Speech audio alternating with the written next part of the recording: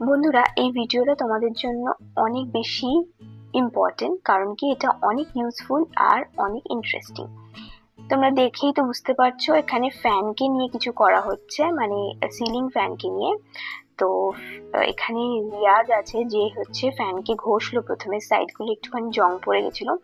এখন ফ্যানের ওই স্ক্রু গুলো আছে না, স্ক্রু গুলোকে একটা একটা করে খুলছে। তো ব্যাপারটা হচ্ছে প্রিপারেশন করা হচ্ছে যাতে ফ্যানের রং করা হয়। এইবার নর্মাল রং না করে আমরা অন্য একটা টেকনিক অ্যাপ্লাই করব, যেটা কি কম পয়সায় হয়ে যাবে, যেটা তোমরা বাড়িতেই ইজিলি করতে পারবে।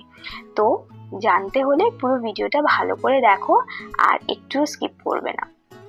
তো ও সুন্দর করে জিনিসটাকে, মানে যে স্ক্রু গুলো ছিল ভালো করে মানে খুলেছে।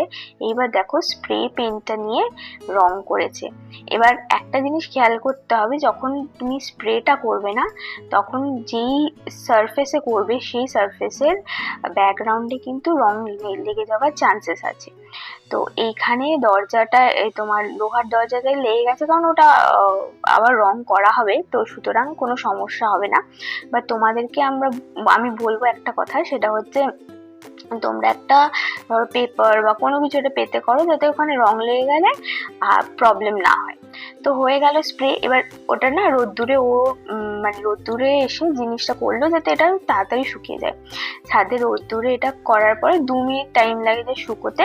তারপর দেখো আবার ওই স্ক্রু দিয়ে জিনিসটাকে একদম ঠিকঠাক করে ফেলেছে। তাহলে এখন আর কোনো সমস্যা নেই, একদম নতুন হয়ে রয়েছে। তো কেমন লাগলো ভিডিওটা, প্লিজ